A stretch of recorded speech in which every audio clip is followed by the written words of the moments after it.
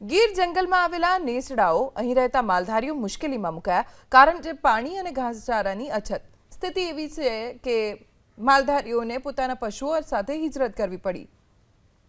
માલધારીઓ પાણી અને ઘાસચારાની શોધમાં અમરેલી જિલ્લાના ગીર કાંઠાના રેવન્યુ વિસ્તારમાં હાલ સ્થાયી થયા. આંબરડી, નાનુડી, ધજડી સહિતના ગામોમાં માલધારીઓએ વસવાટ શરૂ કર્યો. 4 મહિના સુધી અહીંયા વસવાટ કરશે. ગામજનો માલધારીઓની મદદ કરી રહ્યા છે. જ્યારે ગીરમાં વરસાદ પડશે અને ઘાસચારો ઉગી નીકળશે ત્યારે માલધારીઓ પોતાના નેસડામાં વાપસી કરશે. જોકે હાલ તો માલધારીઓના નેસડામાં સુમસાન જોવા મળી રહ્યા છે. અમે ભાણિયા નેસના માલધારી છીએ ને અહીંયા દિવાળી પછી અમે ફરી ગયા છીએ નાનોડી બોટલ ઉપર.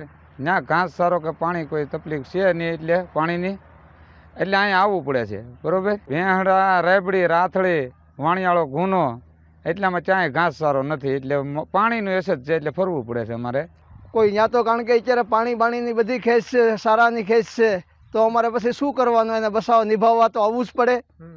એ કારણે અમે નીકળી જશે. હવે અમારે વરસાદ થાય તે અમારે પાછું જાતું રહેવાનું છે. માલ 30-35 છે, કારણ કે એને નિભાવવા તો પડે જ અમારે.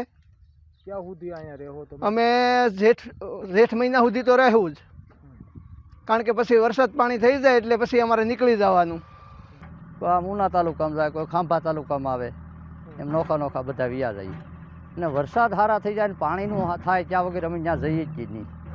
ત્યાં સુધી અમારે આમના માલ નિભાવવા પડે ને અમને બીજું કાંઈ આવડતો નથી ધંધો.